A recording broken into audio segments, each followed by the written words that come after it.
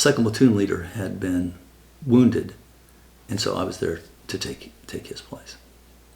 And a couple days, getting my uniform squared away, getting the right insignia sewn on it, unit patch sewn on it, and then the first night out, where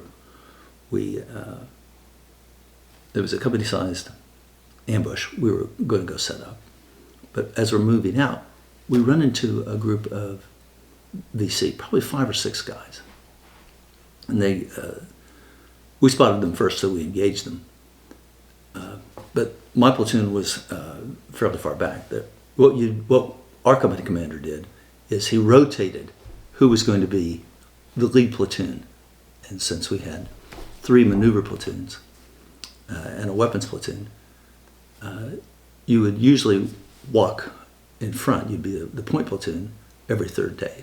So it wasn't the second platoon's day. I think it was probably the first. This is obviously the first or 3rd platoon. So they start shooting at them, and I remember, hitting the ground, seeing the fire, seeing them shooting at us, and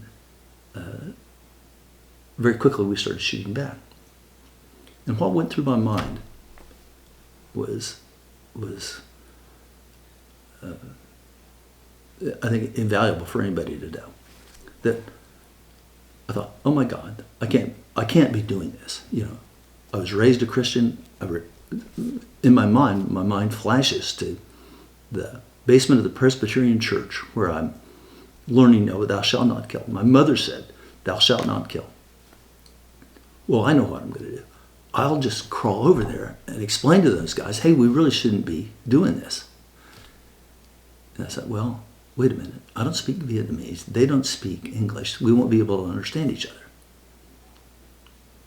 And I said, but they'll willfully crawling out there, and they'll know that I'm an enemy, and they'll go ahead and shoot me.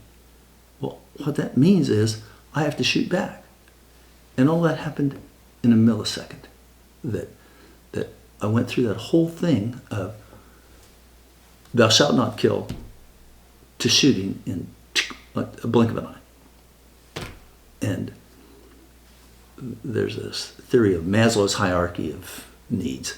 You're at the very top, self-actualization. You've done everything that you wanted to do. You're contributing. You're being a great person to mankind. And then you fall off the scale. And so I've always said that at that moment, I knew what it was like to fall off Maslow's hierarchy of needs and to be pond scum. So that was an invaluable thing to happen. Hey, you have to understand the situation you're in, and if you don't, and you can't handle it, make sure you never get there again.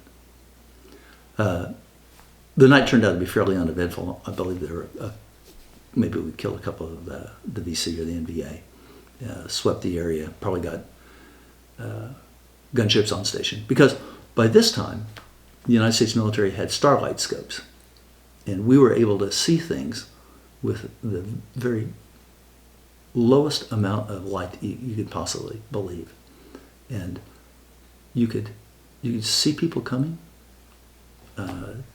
You just wait for them to walk into the kill zone, and then you detonate the Claymore mines, and it was a complete turnaround, because before that, the NVA and the VC had operated probably without impunity at night. Most of the fire support bases that we were at were there around Cu Chi. There was a while where we spent down guarding one of the bridges that crossed the Saigon River. We then got orders to go from that fire support base, which was Keene, up to fire support base Patton, and that was up by Trung Lap. And we were part of the Vietnamization. They were trying to get the Army Republic of Vietnam units, ARVN units, to work with their counterparts in the United States. So what we would do is we would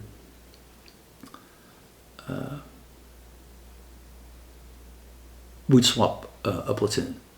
So sometimes, like for a week at a time, you might work with the ARVNs and be assigned to their company commander, and then one of their platoons would be assigned to us. And so with my special forces background, they thought, well, Bob, you'd be a good guy to be with the ARVNs because you've been trained in all this indigenous stuff. You're supposed to, be able to help them out. So usually anytime there was a independent operation like that with the ARVNs, me and my platoon would be assigned to go off and do those things. There was one ambush. It was we had several different locations we had to go out to, and we ended up just being in this water all the time, going to the ambush site. We got to the site, but we were just soaking what had been probably waist deep water most of the time. We finally get to a little rise and we set up the ambush. And we had leeches all over our legs. The people were going, well, how do we get these off? And everybody's talking about, we'll light a match, or you've seen them burn them off in a movie or something like that. And said, no, don't do that. We'll be sitting ducks at that point, because they'll see all the a cigarette lighter or a match being lit. So we ended up using the mosquito repellent. And you use, the reason I'm pointing to my head is, usually you'd carry this little bottle, and you'd strap it around this strap that held your camouflage cover down. And so you'd pour that on the leeches and get the leeches off of it. That night we had a group of VC walk into the site, and we engaged them. And when we blew our claymores, I did the first one, to initiate the ambush. But the rest of the guys wouldn't fire their claymores as quickly as I really wanted. So we ended up taking, later on, we ended up taking det cord, and we'd run it from one claymore mine to the next one. We call them a daisy chain together. So you'd put 3 or 4 claymores on one side of the ambush, and then on the other side you'd have 1 or 2 claymore mines. Along part of the L-shaped ambush, a short path, and then we usually had 1 or 2 claymore mines that we'd set up behind us in case they just walked up on us unexpectedly, or down at the other part of the L that wasn't set up, and we'd usually have 1 claymore mine down there, and it was just to have all-around defense, so that way even if somebody came from an unexpected direction, you wouldn't. You'd be able to put a lot of firepower. These claymore mines were just devastating. So after I popped the ambush, we kept getting some return fire from time to time. My radio telephone operator had, in the excitement, had left the radio where we were at. We jumped down behind a dike, but the radio was still, over in a more open area. So he just jumps up, runs over and get him. So we got the radio, brought it back, and so we had to put him in for a medal. I think he ended up getting an ARCOM with a V for that, Army Commendation Medal with a Valor Award. But then we sweep the ambush. There was still 1 guy that was wounded. We called in the night dust off to get him out, and then we went through the effects of the people that we'd killed, and it was just I think you think about killing, but you don't really know what killing's all about until it's done. And my thought was, here's this poor guy, obviously a young person, not an old man by any stretch of the imagination, and his life's done, over with, finished. And it really makes you think, that you got to be, that you have to do this. I mean, it's just that simple. It's, if you don't kill them, they're going to kill you, and it's a terrible, terrible thing. A platoon back then, the authorized strength of it was like 44 people. The most I ever had was around 20, 25 people, because we were severely under strength. Vietnamization was already taken back. They were trying to reduce the head count in Vietnam. I think the 82nd Airborne had already been pulled out, and maybe the 9th Infantry Division. I can't remember the exact time frame. But always very, very small units. If I took 15 or 20 guys to the field any one day, that was amazing. We were way under strength. This what we should have been. The operations, same. Out every day, either on the ground or in the helicopters. There'd be some days where you'd catch the duty to be at a fire support base and provide guard duty. We'd usually have about a company size strength there. There'd be my platoon from another company, and a platoon from another company. So we were usually A, B, C, and D. We usually operated with 3 other companies out of Patton. And sometimes you get put under the operational control of another unit. The 1st or the 5th Mech worked a little bit north of us, and they had armored personnel carriers. And so, that was pretty good, because we weren't walking the rice paddies, we were on the armored personnel carriers. The trouble is, sometimes the APCs would hit a mine or throw a track. And because, if you will, we weren't their guys, we weren't the 1st and 5th guys, we were belonging to these other people. We'd get the details. Guard duty at this bridge. Go secure this track that's broken down or been hit, and they can't extract it right now, so they're going to have to spend the night. You're the extra guys that they send out and do it. So, like I said, every day's the same, but every day's different. Was there a day what stuck out? There are several days that stuck out. The one, we'd had a new company commander came in. His name's Bill Branch. He got killed in Vietnam. But it was in an area called the Hobo Woods, off to the north and northeast of Cu Chi. And the area had been heavily roam plowed and defoliated with Agent Orange. And so a lot of the bunker complexes, you could see them much better than before. So we'd sweep the areas because we couldn't go in and destroy them. We'd put a lot of B-52 strikes in there, but you couldn't destroy all the bunkers. So we'd come up on this bunker complex, and we could tell that people had just been there. Ashes from fires still hot. They had strung a lot of booby traps in the area, and there was one in the area that I was at. So my platoon sergeant and I are looking at the booby trap. It's basically a grenade, a U.S. grenade, with a tripwire put across this little trail.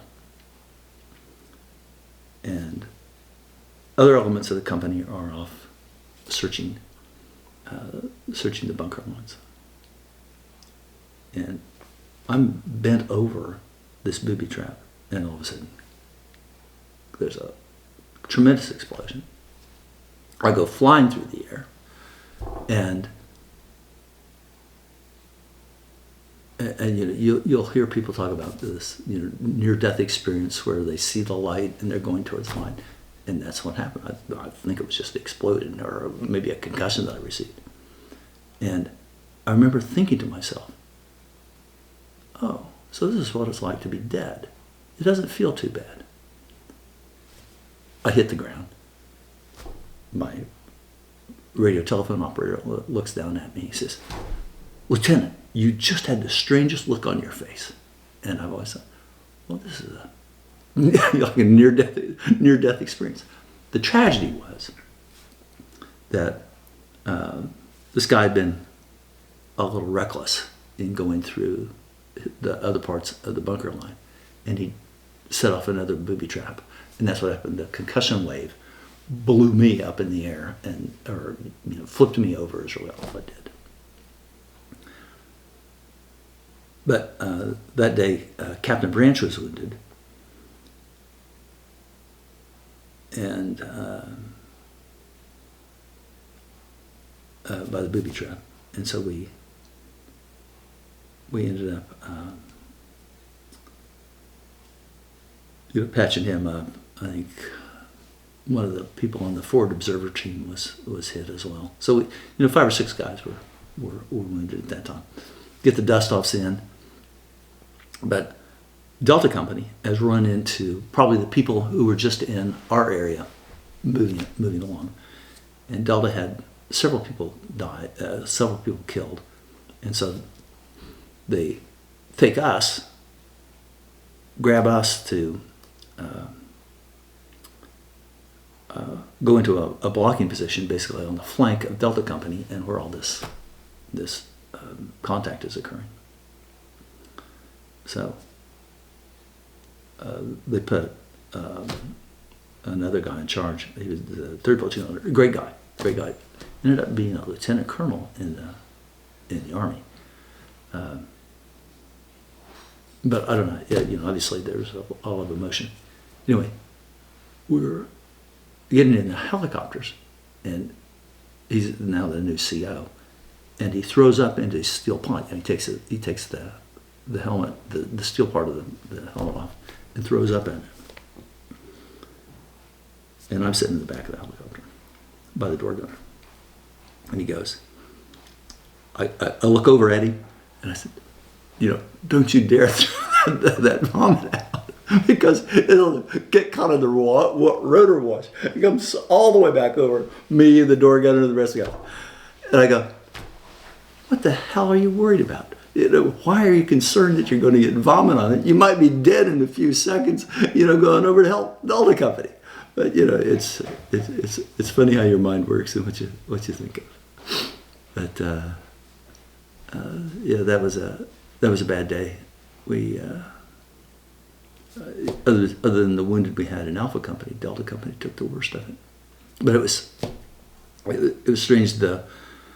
The motto, I think, for the special forces, the infantry officer is "Follow me." And they brought in F4s to work out for us, dropped a lot of bombs, gunships working for us, artillery working for us, and we finally go up and sweep the. We're going to go sweep the bunker line, assault the bunker line, and I'm going, oh my God, you get online. And you start going, the command comes down, go, assault. And I remember thinking, Bob, you can't be doing this. You can't be doing this. And I turned around to see if any of my men were following me. And they were. And I go, I can't believe these guys are following me. Here we are, going into God knows what. And, by that point, the NVA or BC were pretty well decimated. But like I said, Delta Company had taken several hits. But it's funny. I just recall this. One of the guys that had been, I think he was in our same OCS class, but he got much higher grades than everybody else. And he had been selected. If you got really good grades, you could go into another branch. You didn't have to go into the infantry. And he selected artillery. And I remember him back at OCS time, I won't be out there with you guys. Sure shit, he was out there with us as a forward observer, and we were in this B-52 crater. And I said, well, so much for your theory of not being out here in the woods with us. And then there was another occasion. This was in August of an OCS classmate. There's a geographical feature the way that the Saigon River meanders. And there was an area we called the Parrot's Beak, and then that led to an area called the Mushroom, and then over on this side, over by the Iron Triangle, was something called the Top Hat. So they were operating up north of the Parrot's Beak, and there was some bad stuff in the terms of some shit was on. And it was one of my OCS classmates had gotten killed in this engagement. I didn't know that for several months, but kind of, the date kind of stood out to me, and just go, wow, isn't this strange? Oh, speaking of guys that got killed, one of my classmates, Barton Carey, was actually in the 2nd of the 14th before I was there, and he got killed like in 1968, and I didn't know that for 20 or 30 years. But I ended up having a photo of him out on an operation one day, and so I sent that to the other classmates.